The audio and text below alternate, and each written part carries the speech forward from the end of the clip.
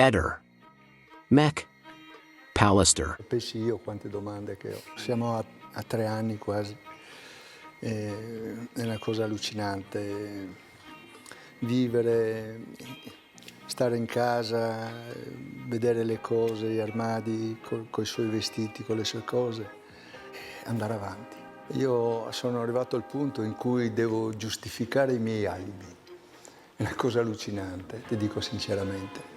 E abbiamo fatto delle prove, chiaramente non proprio in quel posto lì, l'ho fatto a casa per far capire quanto tempo si perde a fare tutta, diciamo, la trafila per quanto riguarda il mio lavoro dei coltelli, no?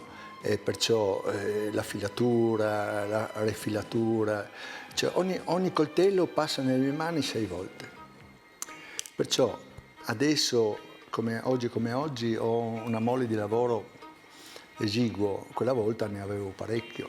All'interno di questo gigantesco centro commerciale in cui tu arroti i coltelli c'è campo? Oggi indubbiamente è un esperimento che non si potrebbe fare perché molto probabilmente le celle telefoniche sono potenziate, poi il mio magazzino lì era un corridoio molto lungo, chiuso dalla prima parte, poi la parte interna con tutte le sue cose così, accessori, e poi la parte dove viene fatto il lavoro. Io tante volte il telefono lo tenevo là e là il campo non c'era. Adesso quel locale lì è stato venduto, io ho parlato con Luca, mi ha detto che ha venduto il locale, che molto probabilmente faranno un garage, qualcosa, non lo so. Io non ho idea di chi sia a disposizione il locale, insomma, di chi. Io mi ricordo i primi tempi in cui ero lì che non si riusciva a capire cosa fosse successo, si parlava di un allontanamento volontario e la questura veniva praticamente quasi ogni giorno da me, provare, far foto qua e là, misura, quello, quell'altro. Guarda, secondo me loro hanno fatto tutto quello che dovevano fare. Sono andato là, mi dicono, beh, facciamo allontanamento volontario, si ipotizzava questo. Dopo, certamente io ero terrorizzato perché nel primo momento ho pensato, perché che qualcuno l'abbia caricata in macchina, che non so. Sono cose, guarda, io ti dico, io tante volte anche parlo col mio avvocato, Bevilacqua, Paolo, io ho questi bui periodi, almeno il primo mese, il secondo mese, che veramente non riesco a mettere insieme le cose. Ancora adesso se tu mi chiedi come certe cose cosa ho fatto, non lo so, non mi ricordo, veramente. Nei giorni di buco, dove potrebbe essere stata tenuta Liliana? In qualche ristorante, in qualche pescheria? Io ne ho sentite di ipotesi a migliaia di gente importante, meno importante, di studiosi, criminologi, qua e là, che si sono messi in contatto con me. E avere questa risposta sarebbe una cosa eccezionale, però purtroppo questa risposta non la darà nessuno. Io spero che la dottoressa Cattanea, dopo questi esami che sono stati fatti, io ho il generale Garofano, che comunque è il mio consulente, che mi racconta proprio queste cose qua. Mi ricordo la prima cosa che mi ha detto, guarda Sebastiano, le ossa sono polverizzate, mi ha detto, sono polverizzate. Io provate a pensare, stiamo parlando di mia moglie, è dura, credimi. Il 2, come sapete tutti, ci sarà l'ultimo incontro prima della consegna della relazione della professoressa Cattaneo, ma ha detto anche Sebastiano.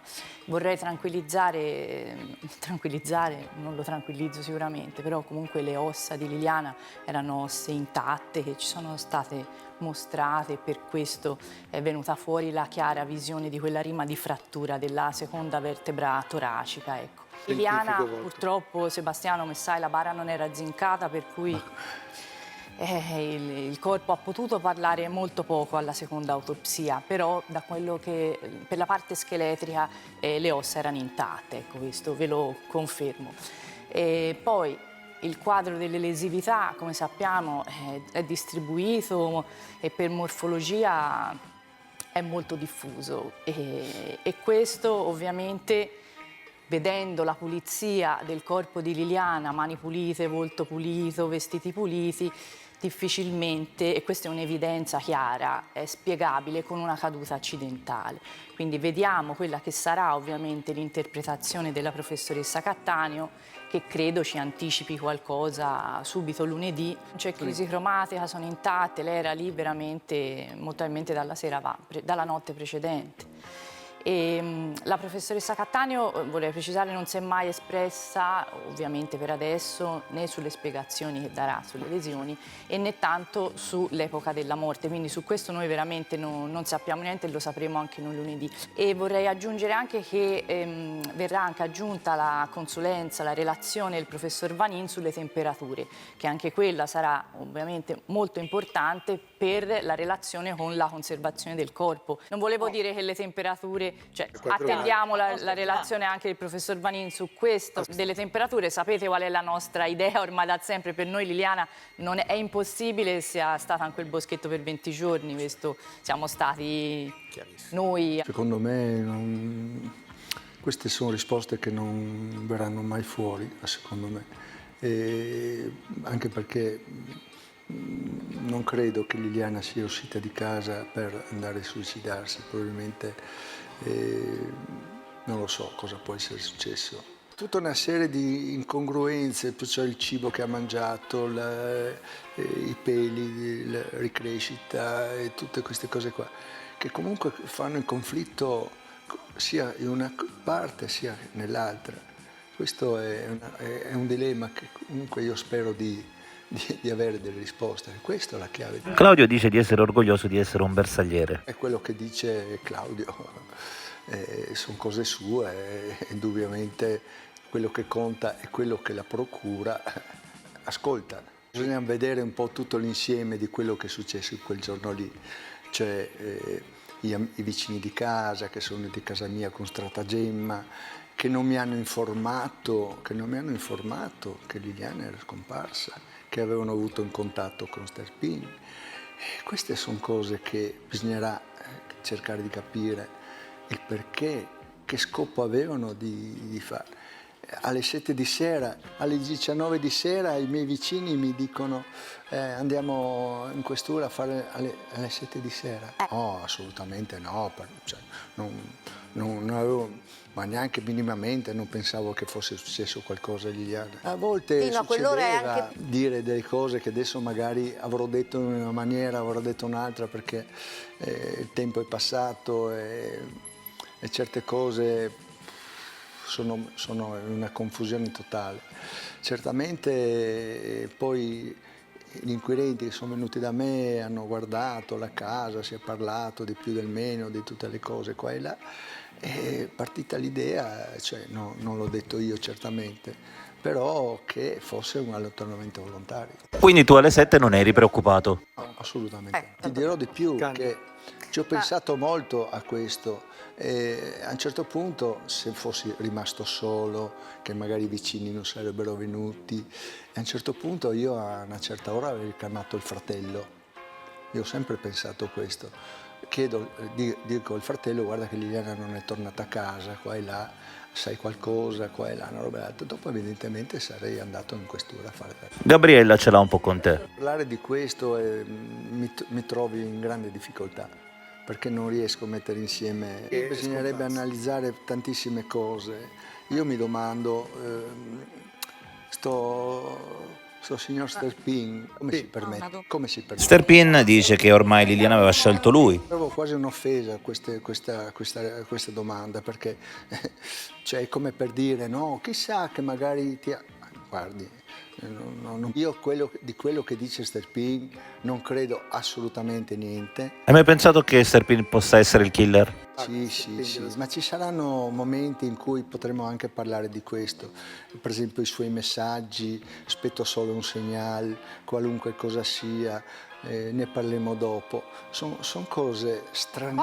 E quei famosi messaggi? Parlare di questo No, perché ora lei mi di trovo in questi messaggi difficoltà. sta- Questi messaggi fra messaggi sua sono moglie e stati visti Serpina. quando è venuto il mio avvocato, che è venuto lì in casa, una roba e l'altra, abbiamo visto assieme questi messaggi.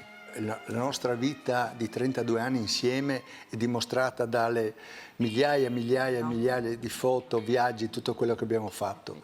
E certamente quello che mi sta dicendo lei, gli inquirenti avranno valutato, analizzato, avranno dedotto quello che evidentemente non...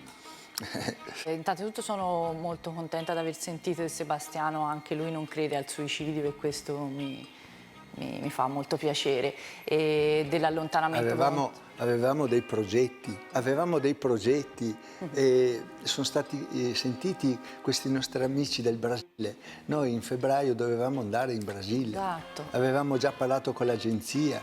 Cioè io non riesco a capire come Liliana, tutto un colpo, avrà preso, non lo so, bisogna vedere tantissime cose, tutte queste storie cioè, guardiamo piuttosto chi è andato in questura a dire andate a cercare là il corpo di Liliana. Questa era una cosa che ce l'ho qua veramente, non mi do pace, E credo che anche tu non hai mai creduto all'allontanamento volontario di tua moglie. Assolutamente no. Okay. Lì deve essere successo qualcosa. Secondo me quella telefonata di 16 minuti fatta il giorno 13 è lì la chiave di tutto. Tutta lì la chiave. Ehi, non dimenticare di iscriverti a questo canale.